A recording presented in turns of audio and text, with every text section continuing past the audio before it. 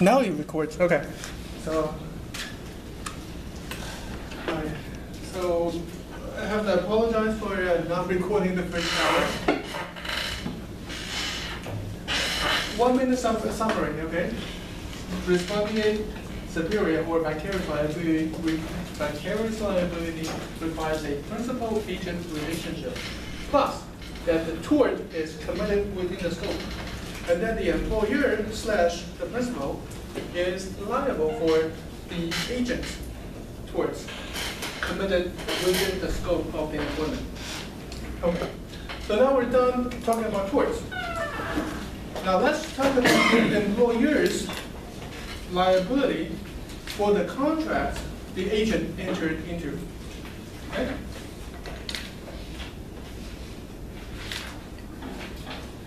So for an agent to enter into a contract on behalf of the principal, usually it requires an authorization.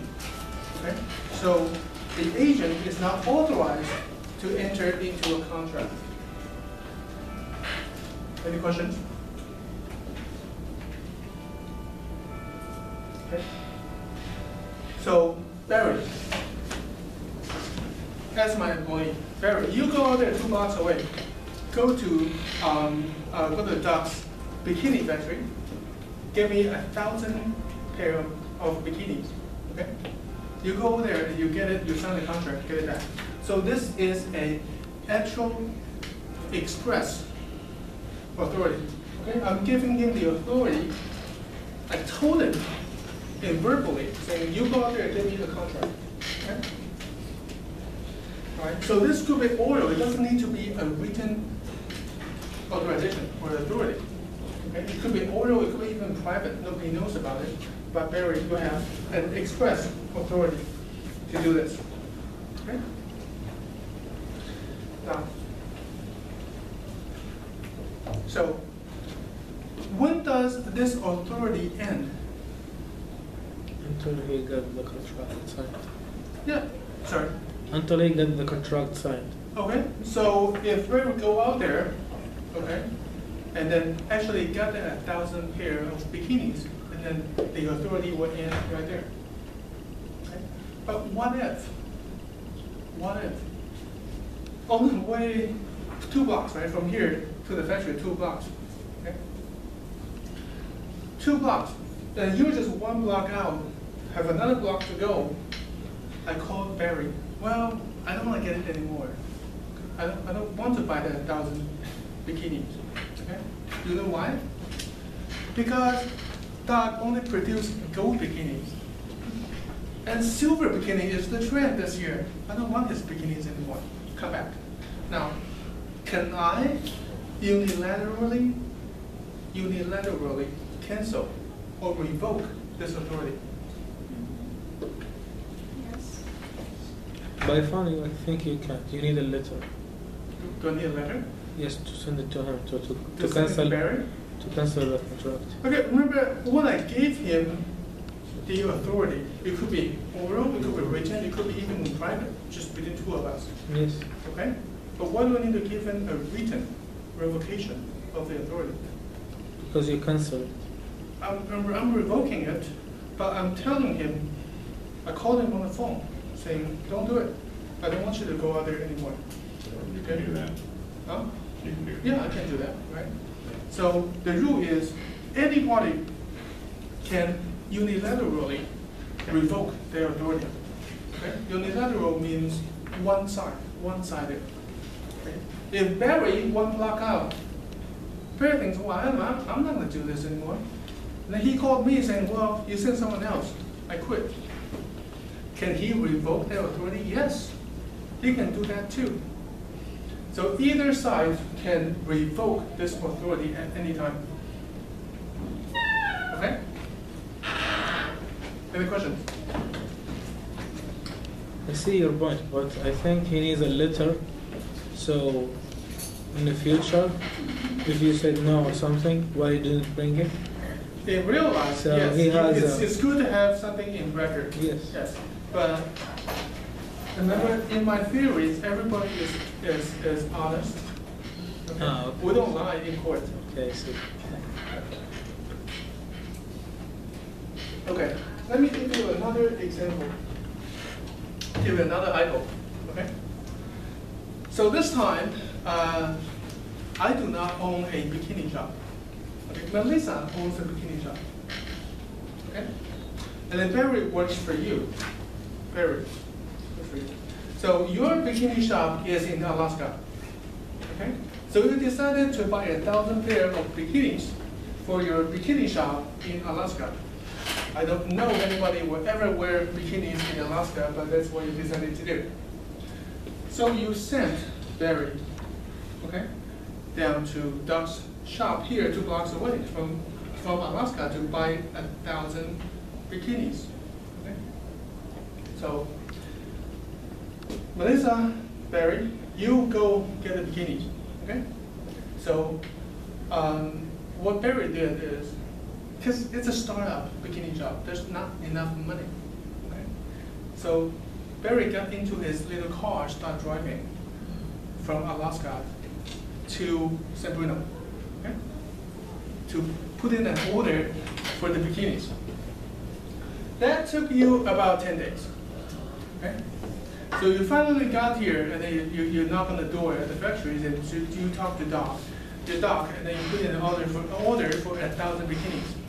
But what you don't know is 2 days ago, before you talked to Doc, and because you were so poor, because you're your damn car and you don't have a cell phone, and 2 days before you put in an order, 8 days after you left the bikini shop, Melissa died. Okay? Melissa died. 2 days later, now you are here to put in a purchase order for 1,000 bikinis. Now, who's paying for the bikinis? Oh, your dad. I'm paying for it. My authority on buying it for the employer is revoked. Okay. Any other thoughts? Hmm? I don't have to buy it. Well, at the time he entered into the contract with Doug, okay, with the factory, there is a valid contract. Okay? Because you have the authority to enter into the contract. So who do you think who signed the contract? It's you, it's not Melissa. You have the power to sign the contract. You have that authority. Because now she's gone.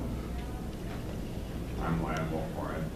Yeah, you will become liable for this because upon her death, that authority is gone. Okay? So you don't have the authority to enter into a contract on behalf of Melissa. Okay, so Melissa, but your family is not liable for this contract or your estate. The Barry becomes personally liable. So he paid from his bucket? So if you are Barry, what would you do? Just cancel it? Okay. Cancel the contract and come back. What if Doc says no? I'm selling this 1,000 bikinis. Actually, I I'm will willing leave to from sell. Alaska until I get the money for the ship. No.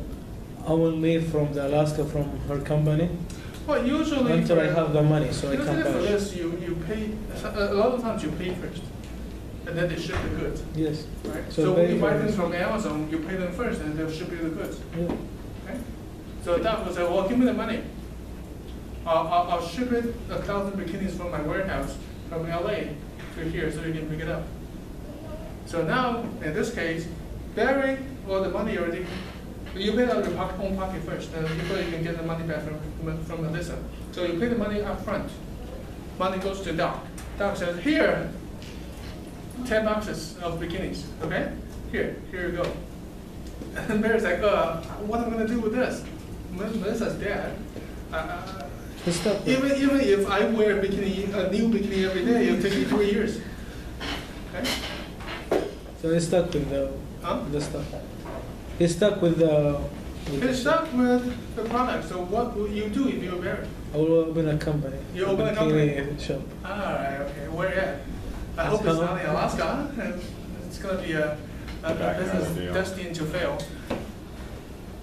Mr. Lee, you've been quiet all night. So if you were Barry, what would you do? Find some place to sell it. you can try to, well, at least get the money back. Yeah. At least get the money back. Docs refused the cancellation, so. If he refused to cancel the contract, what would you do? Just sell it. So what you should do? Resell it? Yeah. Yeah. Even if you're gonna lose 500. So it's for the cut your loss.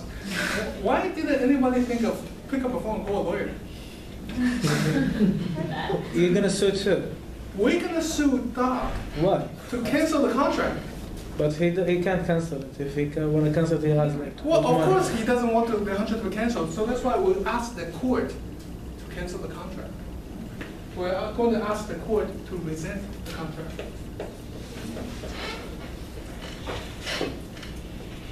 Okay?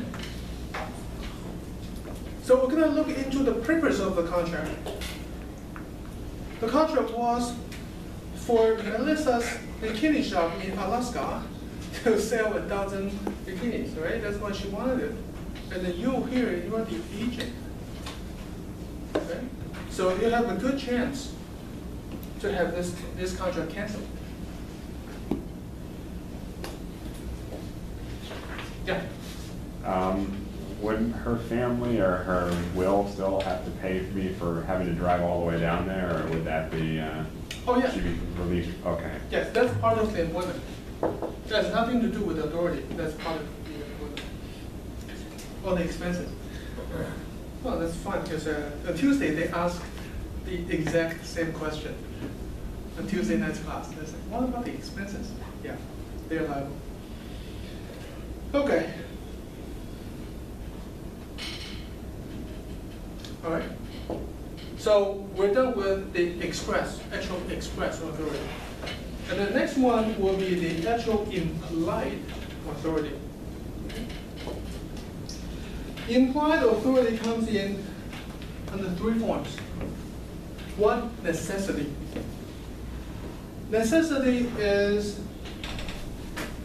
the authority that is necessary to accomplish an expressly authorized task. Okay? Implied authority. Let's go back to little Barry's hypothetical here. So Melissa, you are authorizing Barry, okay, to drive from Alaska to San Bruno to put in a purchase order for the bikinis. Okay? So what Barry did is Barry go there and drive the company car to go from Alaska down to San Bruno. Quite reasonable, right? Because you don't want to drive your own car. Okay? Of course, you pay the gas out of yourself. But from that express authority, you did not authorize Barry to drive the company car. You didn't say anything about it. Okay? But in this case, if Barry doesn't have a car, it is necessary for him to use the company car to get down here. So that's a type of implied authority. It is necessary for Barry to drive a company car from Alaska down to San Bruno to put in that purchase order, to enter into that contract. Okay? And then two, one, necessity. Two, customs.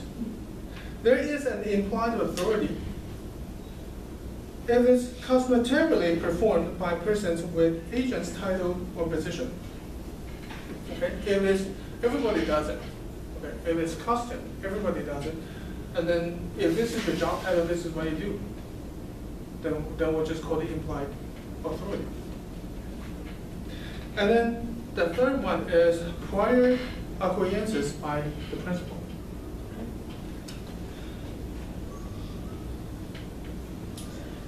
Acquiescence is spelled like this, okay? You have the yellow. So acquiescence means silent, okay? Silent.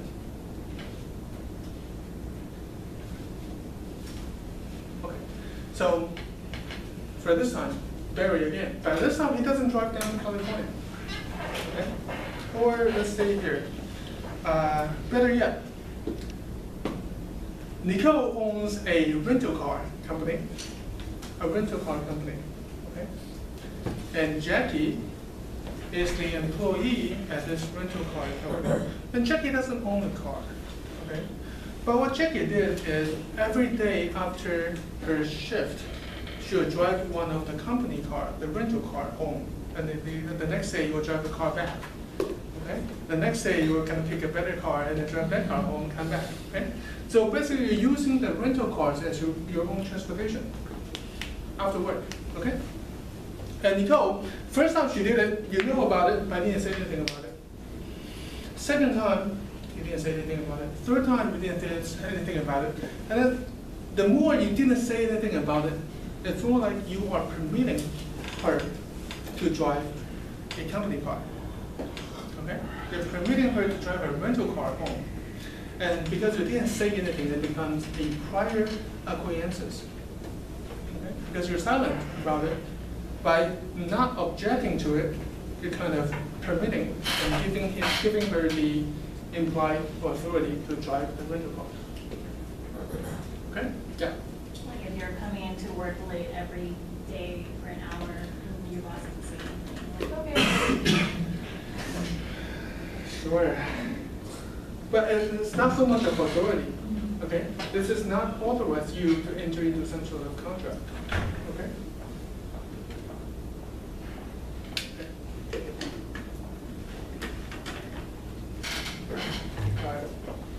So we have actual authority, we have implied authority. And the third one will be a apparent authority. Apparent authority. Okay? So, you come from Melinda, right? Melinda now owns a speedo shop. Okay? So it's all kinds of speedos. Okay? So let's see here. Remember? Same. Okay. So same works for Melinda in this speedo shop. Okay? All right. So let's see here. Let me see. Let me strike my eyeballs. I want to save it for a little bit later. 2 minutes later, I promise you. Okay? Let's go back to prior acquaintances. Okay, prior acquaintances. Let's say this. Anybody work for a CPA firm by any chance? Or a professional firm? No? Okay. Let's assume someone does. Tom. I'll make Tom a executive assistant at this CPA firm. Okay? So what he does is every time there's a big client comes into the firm, he will take the client out for lunch using company's credit card. Okay? The first time the boss didn't say anything, the second time the boss didn't say anything, and then later on this becomes you're acting with authority. Now you're more likely to become authorized to use the company credit card to take the client out. Okay? Now, this is authority because when you take the client out, you have a contract with the restaurant. You pay them money and they give you food. Okay? So that's authority for you to enter into a contract. There was an implied contract by prior acquaintances. Now, this time,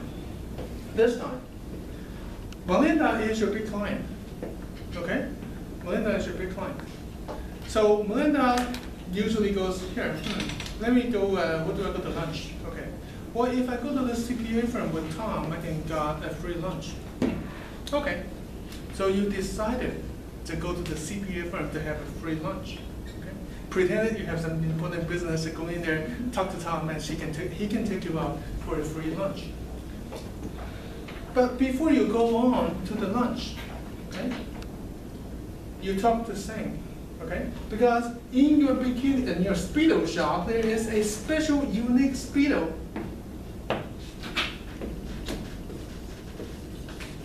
Okay? That has diamonds all over. Okay? You think this is a special, this is an icon for your Speedo shop. Okay? But you didn't tell anybody about it. Okay? Melinda, you didn't tell anybody about it. Nobody knows this Speedo is so important to you. Okay? Let's make it even better. This is a used Speedo that's ever worn by an ex-boyfriend. But nobody knew about it, okay? But it is on display. It is in the display up for sale with the other Speedos. But what you did is, before you go on to the free lunch, you talk to any other speedos in the shop, but do not sell this. Okay? All right? So, and then Melinda left the shop, going to a free lunch with Tom. Okay? Good? Now, Mr. Lee comes into the shop with you saying you are the salesperson on the floor. Okay? So after trying a few speedos, there's a fitting room. Mr. Lee decided, like, well, I like this. This is really cool. I'm going to buy this. Okay? Saying only knew that you shouldn't sell this, but Mr. Lee gave you a price that you could not say no. Okay? He offered you a price, and you think if you sell this to Mr. Lee, Melinda will be incredibly happy because that much money that she can make. So you sold it to Mr. Lee. And Melinda comes back. What the hell is my Speedo? The used Speedo ever worn by my ex-boyfriend, and now with all the diamonds, and what happened to it? And then says, hey, here's a stack of cash, $100 bills, and Mr. Lee paid. Melinda is extremely angry. Now, the contract has been entered, right? You got the money. Mr. Lee got that used Speedo. Okay? Now, can you cancel the contract? No. Can you get the Speedo back? No. Why not? Does she have the authority to sell it? She has. She has? Because Sang was told specifically not to sell this. When I tell you, do not sell this, not to do this thing, do you think I gave her, or Melinda gave her the authority to sell?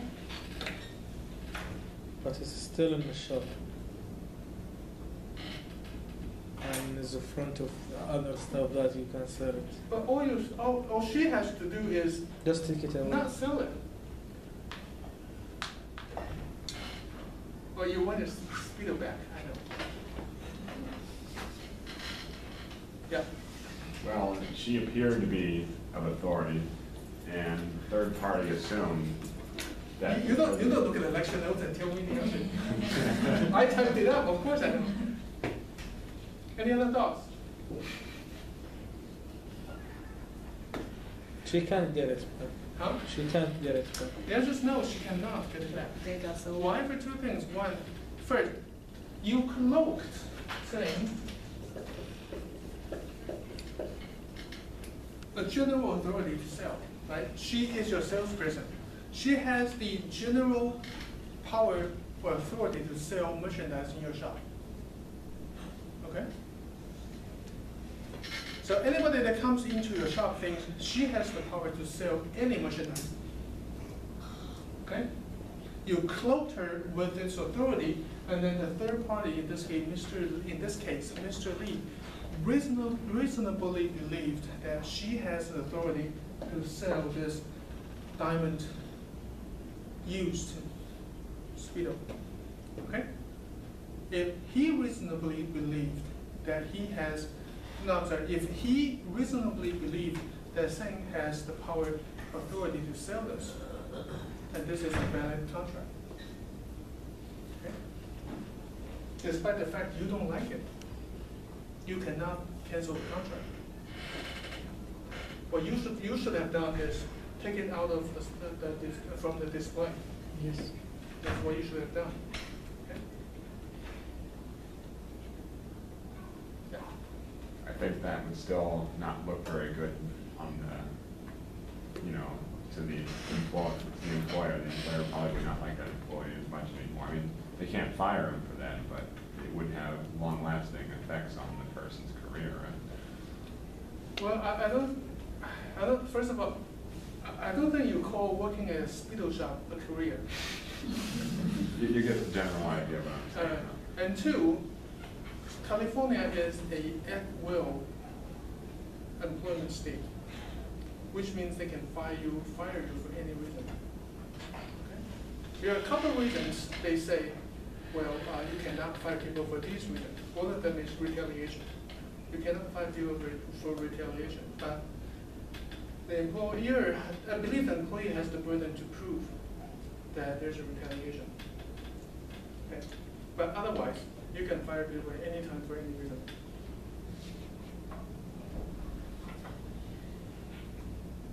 Now, any questions for apparent authority? Okay. It looks like she has the authority to sell, and she sold it to a reasonable buyer. That's it, done deal. Any questions? Okay. So we have actual express authority, we have implied authority, we have apparent authority, and then we have ratification. Ratification, okay? Ratification has three elements. One, the principal must have knowledge of all the material facts regarding to the contract. Okay? Then the principal must have knowledge of all material facts. And two, the principal accepts the benefits of this contract. All right? And three, the ratification cannot alter, cannot change the terms of the contract. Okay? So this happens when the agent go out there and enter into a contract. And at that time, the principal had no idea. Okay? But when the agent came back with a contract, and then the employer can ratify the contract. Okay? Hypo? That's one example. Yeah? Oh, okay. So let's say here. Melinda owns a Speedo shop, okay? And Sang is the salesperson for the Speedo shop. And then I'll say, Barry, I'm sorry, you are the buyer, okay? For the Speedo shop. All you do is you go out there, you buy Speedos for the shop so they can resell it, okay? So, in this case, Melinda says, well, Barry, you go out there and buy, just buy me 1,000 gold Speedos, okay? The only factory that produce gold Speedos are the factory runs by Doc, okay? So Doc's factory not only produces bikinis, it also produces Speedos. All right. So Barry, of course, went to the factory, okay? But Doc persuaded you that gold Speedo is not the trend for this year. Silver Speedo is more trendy. Okay? Silver bikini is more trendy. Okay? Now Barry thinks, that makes sense. That makes a lot of sense. I look a lot better in silver Speedos than in gold Speedos. That's what Barry thought. So without calling Melinda to verify this contract, so you change the contract. You're getting 1,000 silver Speedos. Okay? So screw the old contract. I'm not getting 1,000 gold Speedos. I'm getting 1,000 silver Speedos from Doc. Okay? And then you take this contract back to Melinda. Okay? Melinda look at the contract. Okay? At this time, she's extremely happy. She said, I was going to tell you that gold is out of date. I'm so lucky you got the silver Speedos. Great job, Barry. Okay? So now, who is responsible for this contract if anything goes wrong?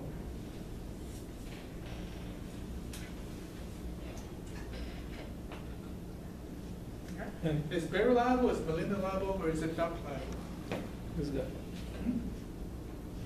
Barry? Yes. Okay. So, for example, for this time, let's talk about the breach here. So Melinda says, oh, I loved it. I love the silver Speedo.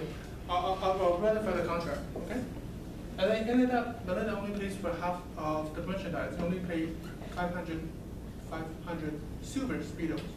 Now Doc is trying to sue you. Now can you say, well, it wasn't me. You signed a contract with Barry, not me. who wins?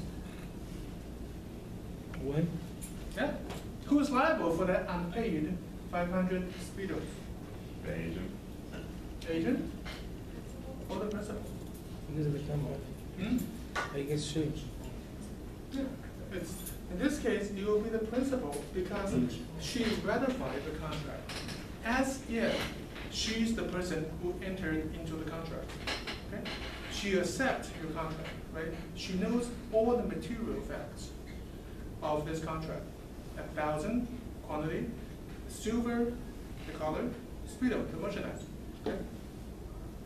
And then she accepts the benefit, so she can resell at her speedo shop. And then she didn't change any of the terms. The 1,000 silver speedos, and this is 1,000 silver speedo. Now, so in this case, the principal is liable, okay, because she ratified the entire contract. Now this contract just becomes between Doc and Melinda. Okay, to be more specifically, it will be Doc's factory and Melinda's speedo shop. Now, any questions? Let's change the facts a little bit, okay? So what happened is Barry go out there and he believed the silver speedo is trendy. And then Barry told Doc, give me everything that you have. Okay? I think this is going to be a hot sale in Melinda's speed shop. Give me everything, every silver speedo that you have in your warehouse. Okay? It came back as 1,100 speedos, silver speedos. Okay? So you took this contract back to Melinda. Melinda again is happy. Great! I'm so happy you got the silver speedos. Right? I don't think gold speedos can get us anywhere. But silver is the color to go to this year. But I only want 1,000 speedos, not 1,100 speedos. Okay? She only wants 1,000, not 1,100. Okay? Now, go back to the old facts. She only paid for 500 speedos. There are 600 unpaid speedos. Who's liable for that? The agent. Why? Because he broke the contract. Same as the last typo. He was the one who entered into the contract. Yeah, He was but the one who actually signed the contract. But he changed the contract, so she asked for 1,000, and he brought 11,000, so 1,100. The agent altered the terms. No, that's not right. The agent altered the terms from the very beginning. She wants gold speedos. Now he's getting silver speedos. So the old contract is gone. You enter into a new contract. And she wants a silver speedo. Right. 1,000. Right after he entered into a new contract, and then she liked it. She liked it.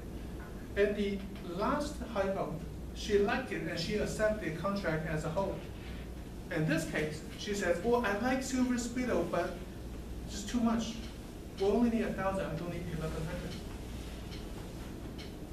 He was responsible about the 100 extra.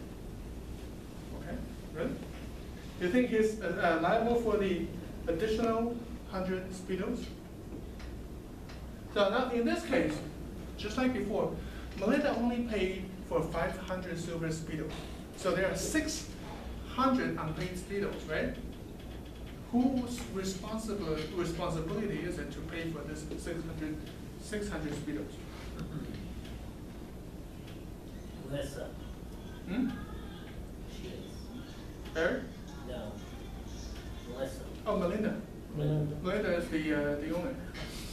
She responded for 500. Melinda, she's responsible. For that 600. Yep. Okay. And you said For 500. 500 from Melinda. Barry owns 100. Yes. Okay. Any other guess? 600 of them. 600 Because of they them. only paid, she only paid for 500. She only paid for 500. Yeah. Since it's a different contract, the agent is liable for the rest of them. Did she want 1,000? Yeah, but that was a different But contract. she wanted 1,000 gold speedos, Now Barry brought back a 1,100 silver speedo. It's a completely new And contract. Barry's employed by her, right? Yeah.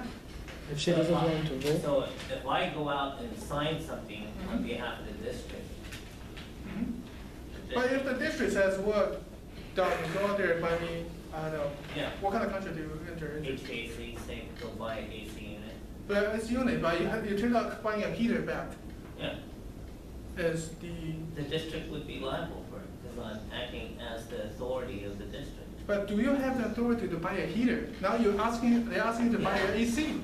What Yeah. about you go out there and buy a Chevy Tahoe? That's, What about you go out there and buy a car? I guess he's the responsible. Barry's the employee, right? Uh-huh, yes.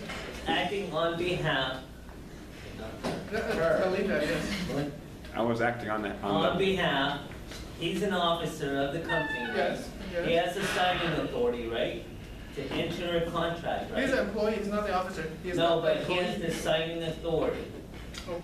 right? He has authority to buy the 1,000 gold speedo. No, no, he has the authority, doesn't matter 500, 1,000, No, no, no, 11. no, no, no. He has the authority to sign into a contract. No, no, no. The contract was Yes. specific. The contract is saying, well, Melinda, you told Barry, you go out there and give me 1,000 gold Does speedos. he have signing authority? Just for that 1,000 No, gold does he have speedos. signing authority? Forget it. Only to the extent of 1,000 gold speedos. Okay. No, Okay. I'm not, he has signing No, no, authority, no, no, he's no. an officer, if he has signing authority, he's an officer Well, no, of the the corporation. difference here now is you are the officer of district and he's a regular employee. He is only, no, no, no. You changed it. No, that's Yeah. what happened here in this case. He is only authorized to go out there and buy 1,000 gold speedos, and then he himself changed the terms, enter into a new contract. If he is authorized to go buy, Uh-huh. he's an officer.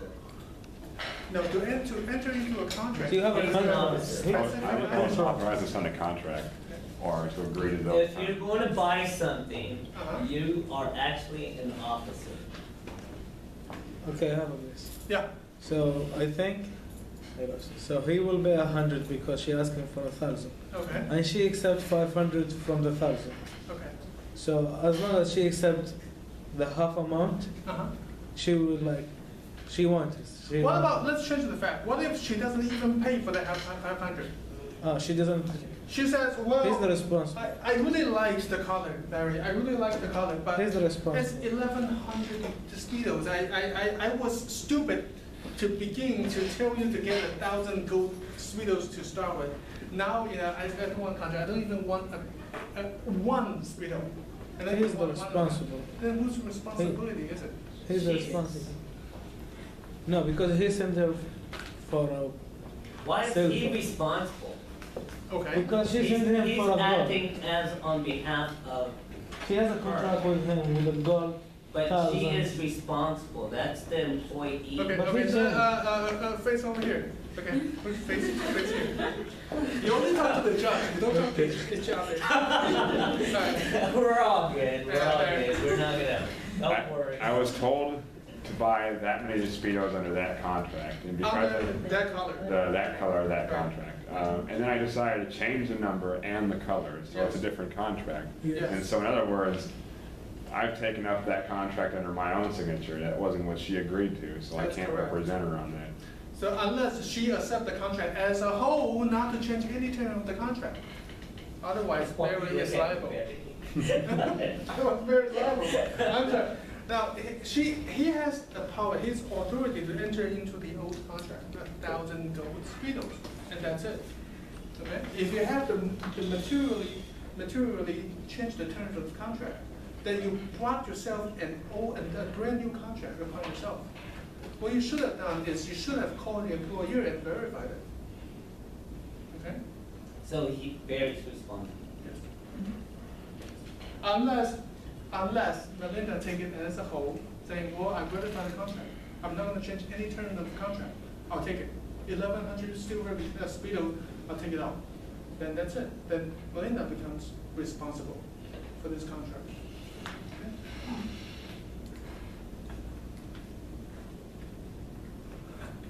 All right.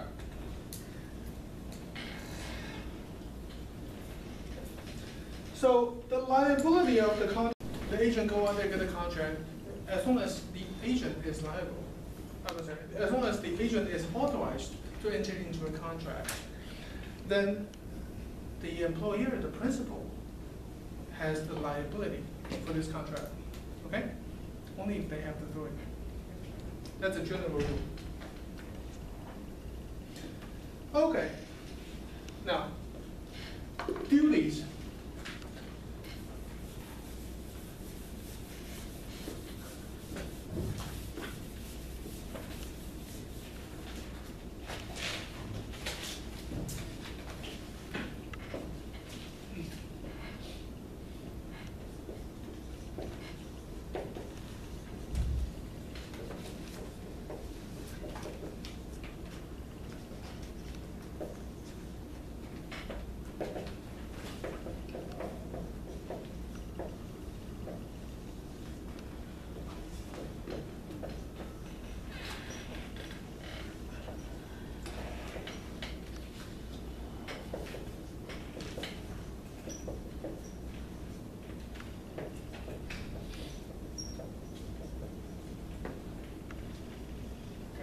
So the agent will owe these duties to the principal.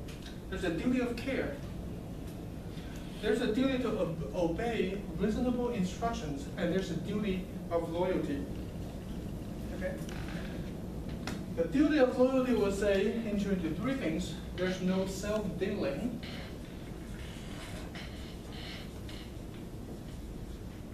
There's no usurping the opportunity, and there's no secret profit.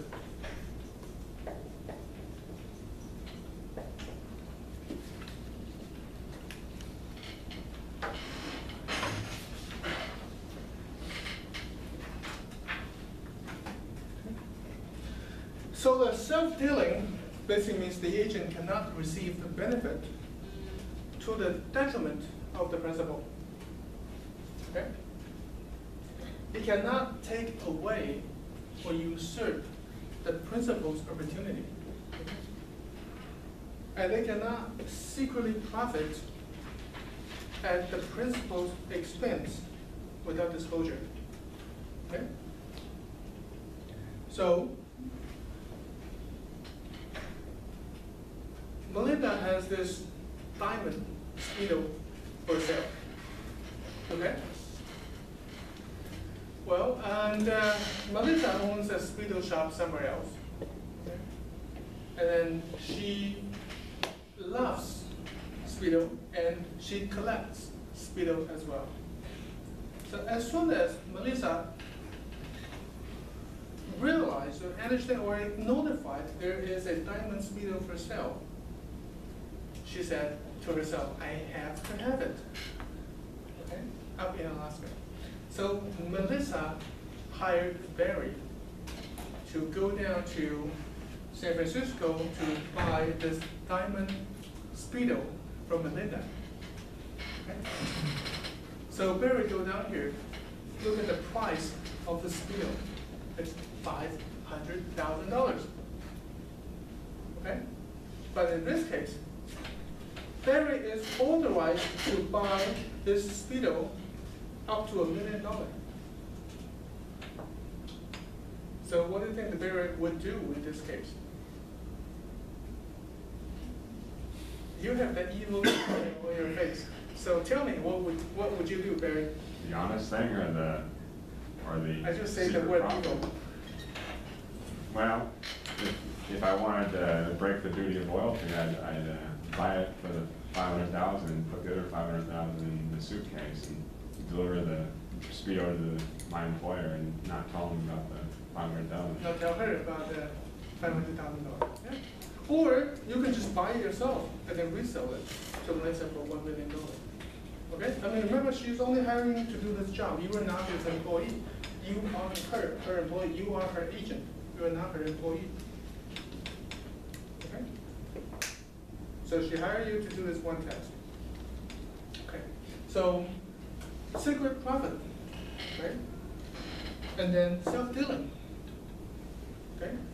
She was hurt. Your conduct is detrimental to her. She costs additional $500,000. Okay? And then why anybody will pay $1 million for a speedo, I have no idea. Any questions? Okay. All right.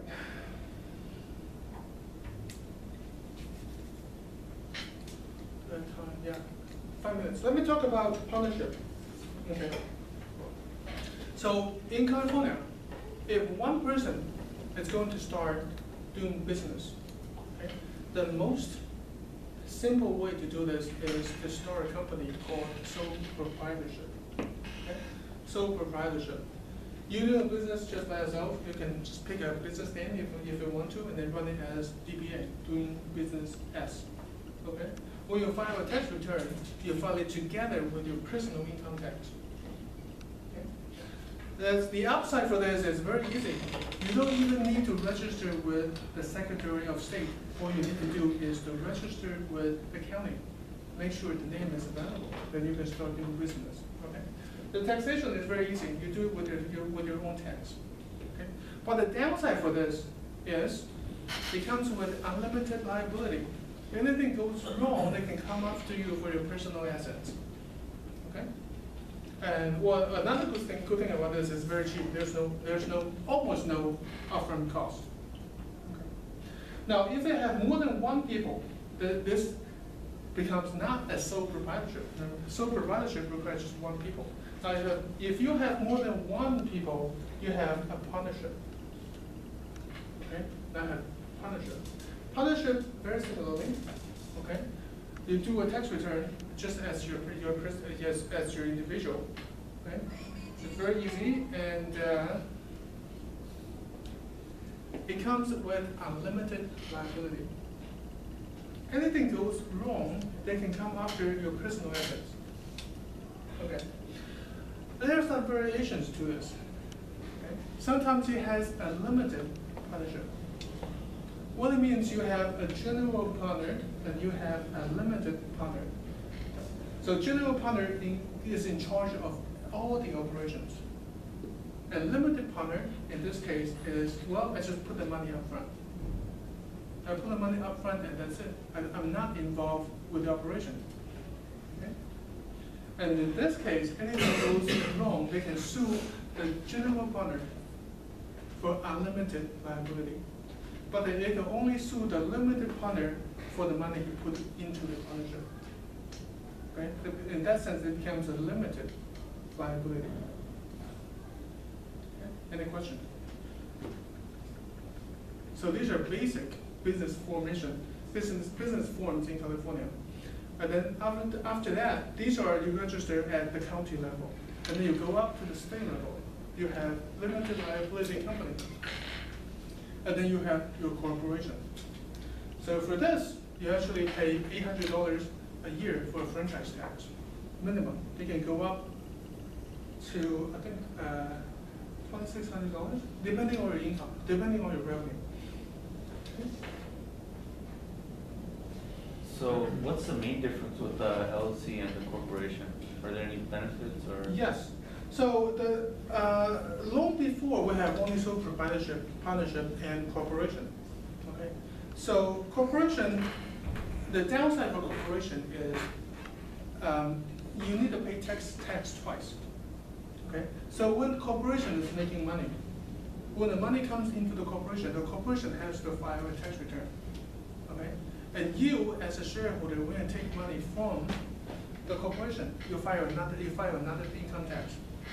So for the same income, the corporation pays once, okay?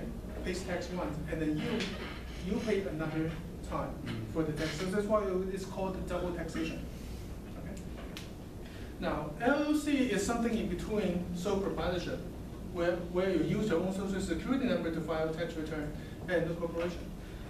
Limited liability company, you have a right to choose which way you want to file tax. You can do it as a partnership or you can do it as a corporation. Okay? So that's how you file a tax return. So it's better to have LLC? LLC has a lesser formality, okay? It doesn't issue any of the stocks. Corporation, you have to issue stocks, Okay. but not for the LLC. Gotcha. Right. LLC is not shareholders, it is called the members. It doesn't call shares as a corporation, it is called the interest, membership interest. Okay.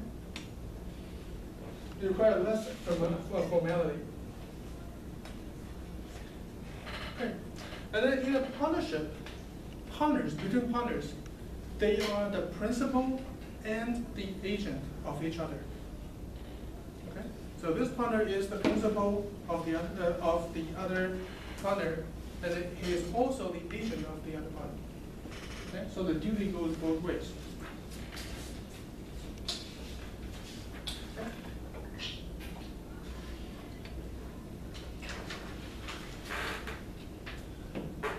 Take a 5-minute break.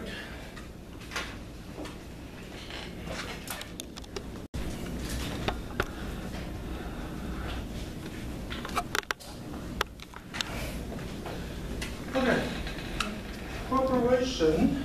Okay, so a lot of times, to form a corporation is going to take some time. Okay, in California, if you want to pay for it, you can get it. You can get the turnaround time within 24 hours. Okay, so you go to Sacramento, you file a new corporation. Okay, and then the next day you will have a corporation form, but you need to pay additional, I believe, $375. If you do a regular, this is on top of the original, the regular fees you have to pay. Okay, there's an additional $375 special handling fees and processing fees. Usually, if you don't choose this method, it will take about a month, 4 to 6 weeks before your corporation can be formed. Okay, can be registered. After you register your corporation, you have to issue a stock. All right, you have to do form your board of directors, and then you have to have your meeting. And you have to have the minutes to the meeting, and everything goes into the corporate book.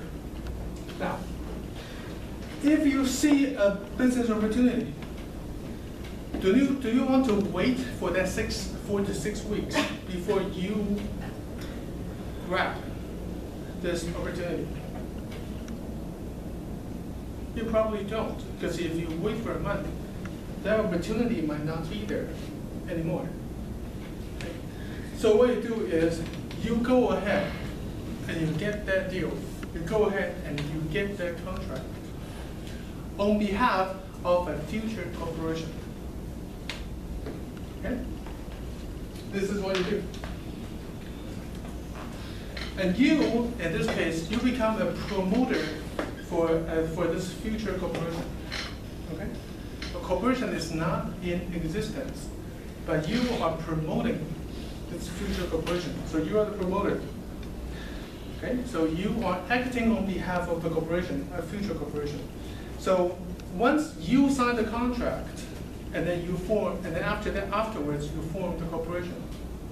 Okay? And then if the board of directors approves expressly approves this contract, and then the corporation will come in and be liable for this contract. Okay? Any question? So this acceptance or this assumption of this contract can be either passed through by a express minutes, so the board can have a meeting, and then in the minutes of the meeting, or there's a resolution, they can write down, yes, now we assume this contract, or it doesn't even need to do anything, they just accept the benefit of this contract. Okay? As long as the board has a knowledge of this contract, and they accept the benefits of the contract, and that's good enough too. So when you form a corporation, if you fail, because there's a lot of requirements for a corporation, if you are not complete or you do not meet all the requirements for the formality of a corporation, then the corporation becomes a defect corporation.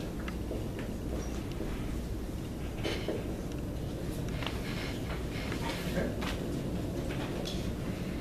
So we have either a de facto corporation, and we have the de jure corporation.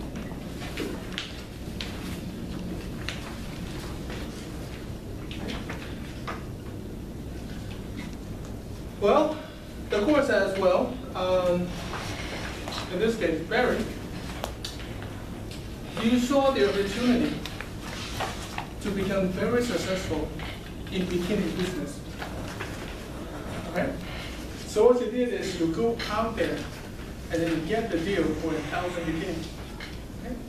And then you file a corporation to run the business. But what you don't know is somehow your paperwork didn't go through. Okay, you have a good intent, you have a good faith to form this corporation, but there's some tiny mistake, was not completely formed. Okay? So this becomes a defective corporation. Okay?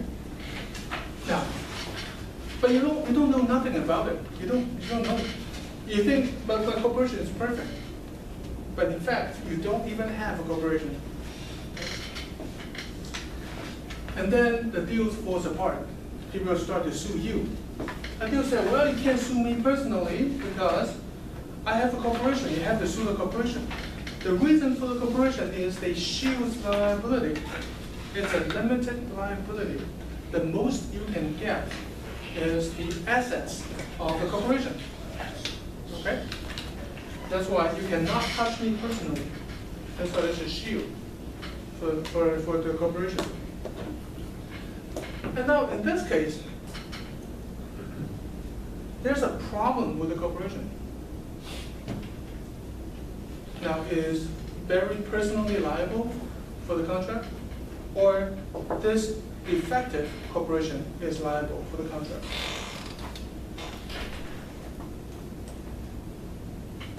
Say it again. Okay? So remember there's a problem with the corporation, the formation of the corporation. So the corporation itself is not in existence. There's a problem with it. But Barry didn't know. But when Barry or his corporation breached the contract, and then people started to sue this corporation, and then they realized the corporation is not there. Okay? When they search the Secretary of State, they don't see this corporation, and therefore they sue Barry personally. Okay? Now, who's liable for this contract? Jerry. Barry? I think because I acted in good faith and tried my best to, get all the paperwork through. Mm-hmm. This is the de facto corporation. It still acts as one, and it still takes the liability, right? Right. So the key thing is, Barry didn't know there's a problem with the corporation. And then he was acting in good faith and tried everything that he can do to maintain a good corporation. So if that happens, there's some problem right here. So the corporation was not in existence, but he honestly believed there's a corporation. And the court, the law would say, You're not in the picture.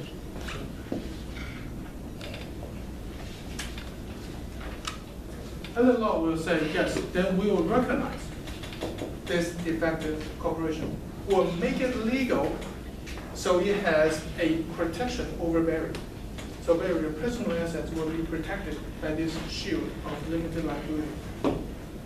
Yeah. Would it be possible for someone to form a LLC or a corporation on themselves to protect themselves from liability? What kind of liability? No, just say they accidentally bumped into someone they fell and they try to sue them or something. I don't know, that's just an example. Like if they're wealthy enough and they have a lot of money to throw around, they just do that to protect their assets. Okay. The answer is no. Yourself is not a business entity. You are a legal person. And a business entity is a legal created entity, just like a legal person. Okay, you don't overlap. But if you're super rich and you want to protect your assets, what you do is you plan asset protections. You transfer your assets into different LLCs. Okay? So yourself, you don't own much money. And if anything, for example, if I own 10 apartment buildings, I'll put each apartment building into an individual company. So if this goes wrong here, there's a fire and burns all the tenants alive, when they're trying to sue me, all I need to do is I need to close down this LLC, and all my 9 other buildings are safe. Right? Because the LLC will limit liability.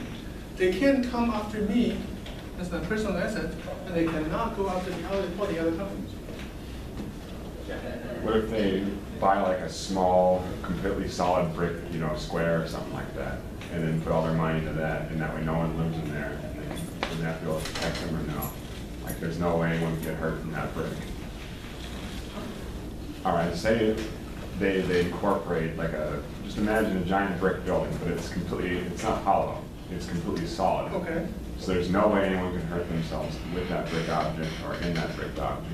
Would Okay. would they be able to incorporate in that in order to protect their assets or no? But you just say there's no danger whatsoever.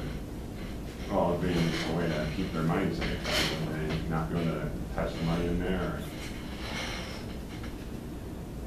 No, never mind. Okay. So the reason you do a corporation or LLC to protect your assets is that the liability stops at the total value of the LLC or the corporation. So if this LLC owns this building, and most I will lose is this building, I will not lose all the other buildings that I have. Okay? The liability stops right here. If the building worth about $10 million, but because all the tenants were burned alive from insurance exceeds my insurance policy, okay, it exceeds my insurance policy limit, they are suing me for $1 billion. All I need to do is close my LLC and then give them everything that the LLC has, which is $10 million. And then you're safe, all the other 9 buildings are safe. Okay? All right?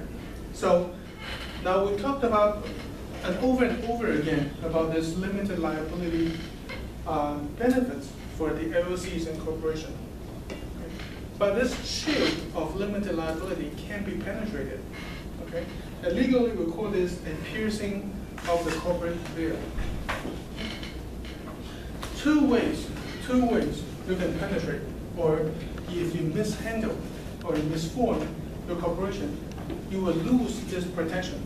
Okay? One way to lose this protection is undercapitalization. Okay? Undercapitalization. Okay? Now, who I haven't picked tonight? Diane?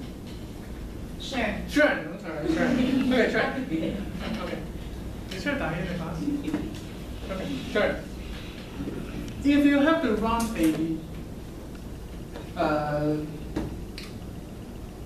senior hospice care, how much do you need? A senior. Senior care center, like a hospice. $1 $1 million? maybe. Really? All right, let's say Sharon. Or less. Or less. How much less? 700. $700,000 to start a hospice. How many beds do you have? 12. 12 beds. Okay. All right.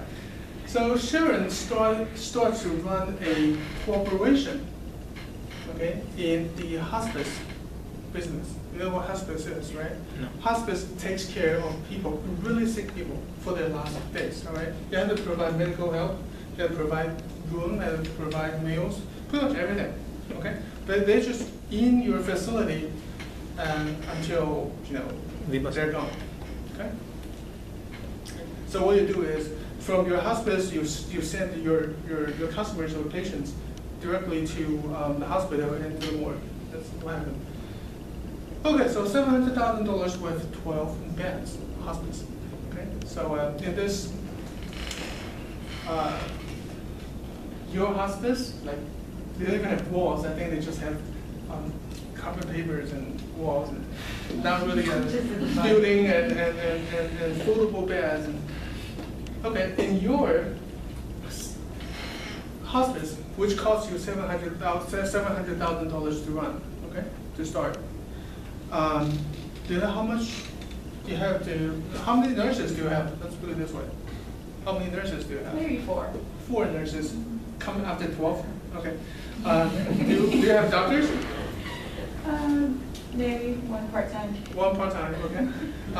You must have cooks, right? I'll be the cook. You be the cook. Okay. You must have vehicles, right? With Yeah. special accommodations. All right. How many vehicles do you have? You have 12 patients. Maybe a couple. Maybe a couple. All right. So you have to provide all the other, all the other necessary medical equipment. Okay. So all this all together, you're talking about $10 to $15 million to run a 12 beds hospice. Okay. But she only put out $700,000. Okay. Because of $700,000, the service she can provide is very poor. Okay. It's not really a big house. And, very, very bad service. Okay, food is just lousy food. I mean, yeah, McDonald's makes even better food than. Right. Okay, so anything goes wrong, somebody died because of poor care. One of the patient died because he didn't have the right nutrition. He died. They're trying to sue you. Can they sue you personally, or can they only sue the corporation? Corporation. Right? Then what you need to do is close the corporation, and most you will lose is this $700,000. But can they sue you personally?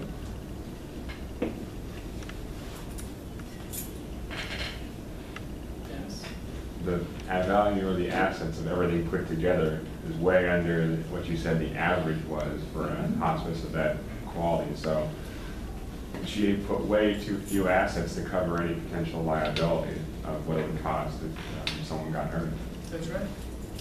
Because this is way undercapitalized. So a similar hospice will cost $10 million to run, but you only put out $700,000. Okay? So it's way undercapitalized. Okay, your capital is just not enough to cover your operation. And then if this happens, the court will say, well, your protection now is gone. The limited liability protection is now gone. Okay? We're going to pierce the corporate veil and make you personally liable for the breach. Okay? So one way to lose the protection is the undercapitalization. And two, the second way is commingled. Okay? All right? So Barry owns a corporation. Very successful business in bikini selling, resale. Okay? Ties and everything. All right, so but what he does is, every now and often, he borrows money. He borrows money from the corporation with 0% interest. Okay? You just write a note. Okay, the company now lent so much money to Barry. And sometimes he pays him back, and sometimes he doesn't. Okay? And he uses money for his son's tuitions. He uses it for dry cleanings, and then sometimes he has a weekly entertainment bills for $8,000. Right? Okay. Now, if people wanted to sue a breach of contract for your company, can they sue the corporation? For sure, but can they sue you personally?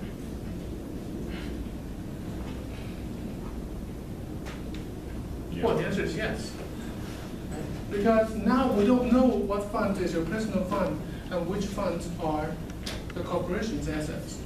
Because you commingle them together. And if you do that, you lose the protection of limited liability. Okay? You pierce, the protection will be pierced. Okay? Any questions?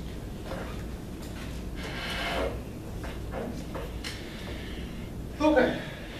Now, let's say here we have a corporation.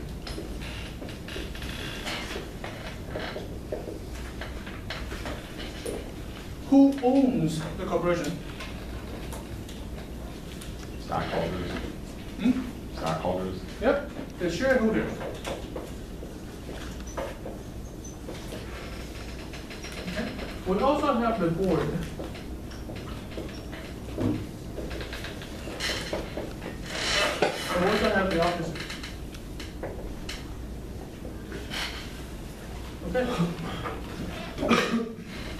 So shareholders owns the corporation. So where does the board of directors come from? They get voted in. They get voted in by the shareholders. the shareholders. So shareholders votes board of directors. Okay. So if you buy stocks, okay, once every while you get a letter saying, well, now there's a election for the board members. Okay. Unless you opt out, then you're going to be voted by proxy.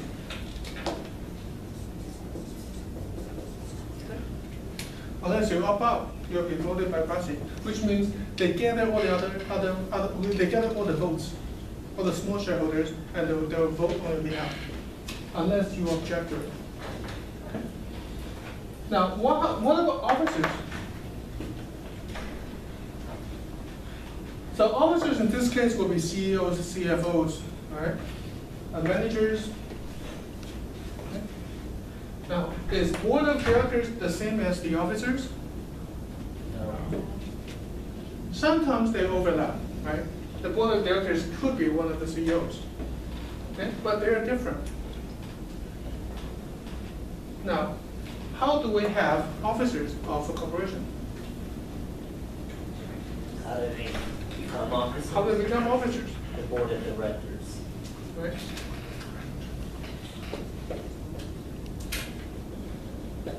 The board of directors appoints the officers, okay? So how do you fire an officer? Board of directors. Yeah. How to fire the CEO from Apple, because I just don't like the way iPhone 6 looks. And I have 2 shares of Apple. And I vote to get him out of the position of CEO. Probably not. Okay? So if you want to hire a CEO, the board of directors has to come up with a decision. Okay? Any questions?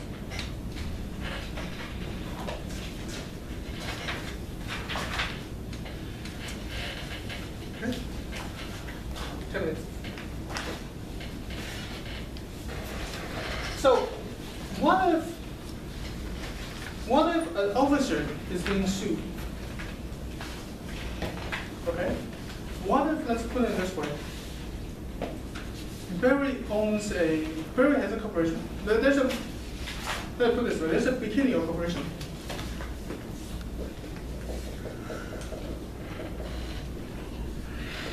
Right? And then Barry is the CEO.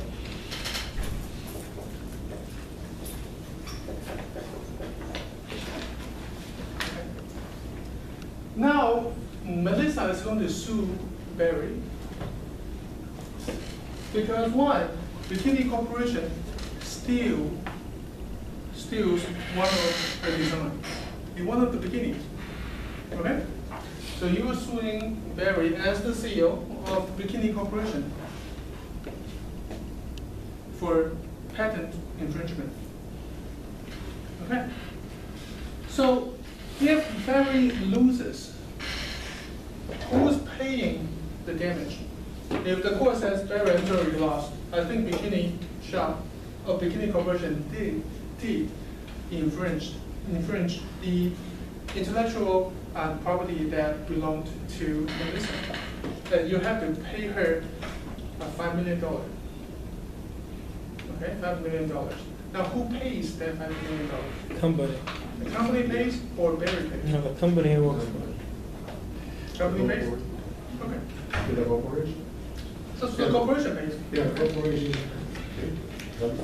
But what about Barry go out there, bad habit again, get drunk, wasted, and get into a fist fight in the bar, Now it's being sued again. Barry, the CEO, being sued for a battery, and then he loses for $20,000. Who pays the judgment? The company pays or he pays? I pay. He's bad. He is bad. He's paying. Okay. While Barry, the CEO, is now being sued by the shareholders of Bikini Corporation. The shareholder says, Barry, I think you're stealing from this company. Okay? I think there are $2 million missing and you are the CEO. So they sue Barry. And Barry loses the lawsuit. Now, who pays? Does the corporation pay or Barry pay? I pay. Barry? Why not the corporation? Because he's stealing the. There's really no point. It's out of The the scope. corporation is the one suing him. The shareholder is the one who's suing. Of the company he works for. Yeah? So it's Barry who works for them, the CEO. Barry works for, the Bikini. CEO works for Bikini Corp, and then the shareholders from Bikini Corp is suing Barry for stealing money. Absolutely, he's gonna pay from his bucket. So you think the corporation should pay for Barry? No, he gonna pay. No, Barry is president of it. Okay? So if company pays, it'll be like, I'm suing myself. I'm suing you now, I end up paying myself. Right? The money comes from my left pocket into my right pocket, but you were suing. Okay? That's good. So when shareholder bring a lawsuit against the board of directors, and this is what I call a derivative lawsuit.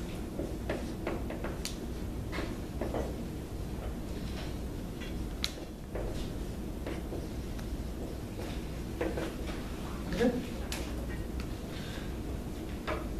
So derivative lawsuit applies when you think the board of directors is not acting in good faith. As a shareholder, you have the right to bring a lawsuit.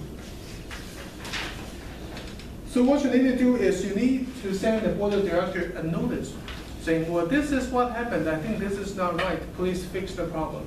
If they didn't do anything within 90 days, and then you can file a lawsuit. Okay? So, same thing. I own 2 shares at Bikini Corporation. Okay?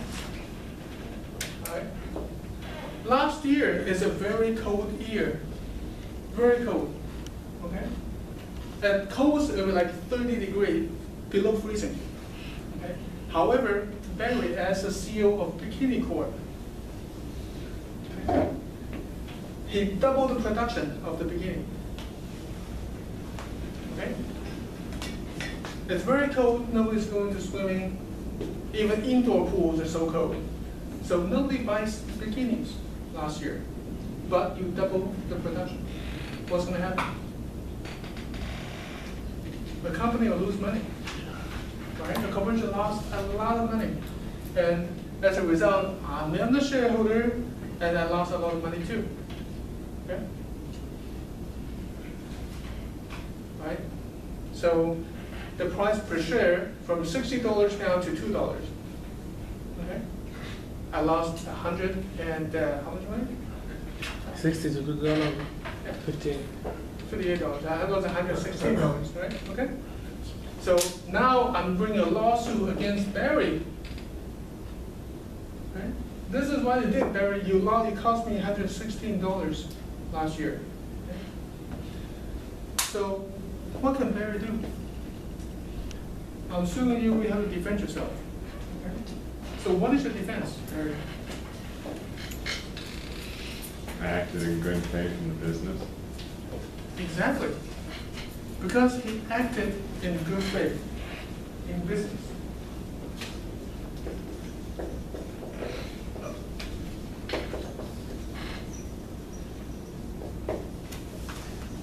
Okay? So your defense will be the business judgment rule. Okay?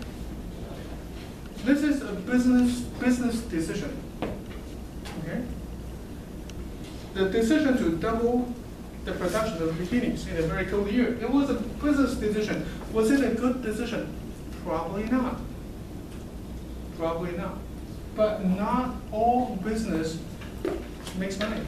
not all business are successful. An incompetent or a wrong decision doesn't rise you to a level that carries liability. Okay, just one bad decision. Okay?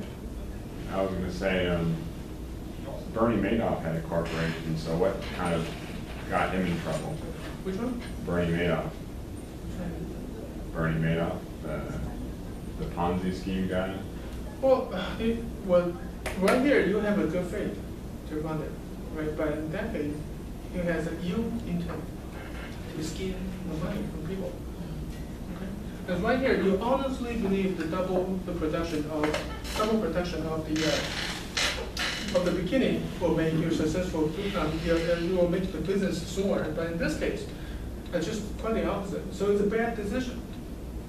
Okay, it's a bad decision, but you honestly believe it was a good one at the time. But it turned out to be a bad one. Doesn't rise to a level that holds you liable for the loss of the business. Okay? Think about Nokia. None of the Nokia directors went into jail for this or lose money for this. They made really bad decisions when it comes to smartphones.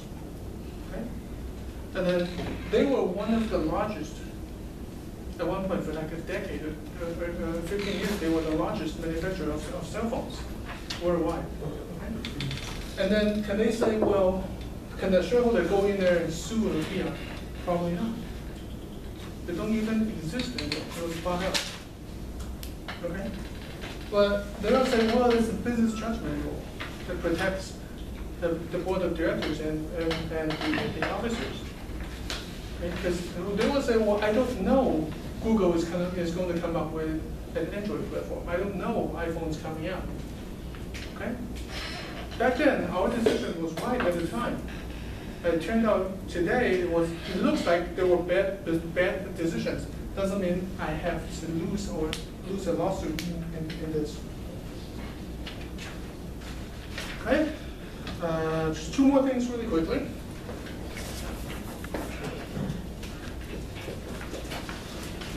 You know what SEC is, right? Securities Exchange Commission. Yes. Security Exchange Commission. So all the big corporations are governed by this. Okay? They govern all the securities. Okay?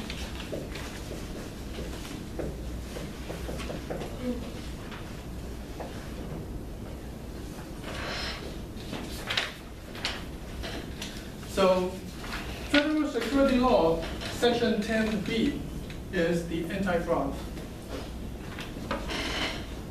It requires three things. It requires a scienter, which is a wrongful intent, a fancy word, okay? And it requires a deception. And then it requires that to be in connection with the actual purchase or sale of the security.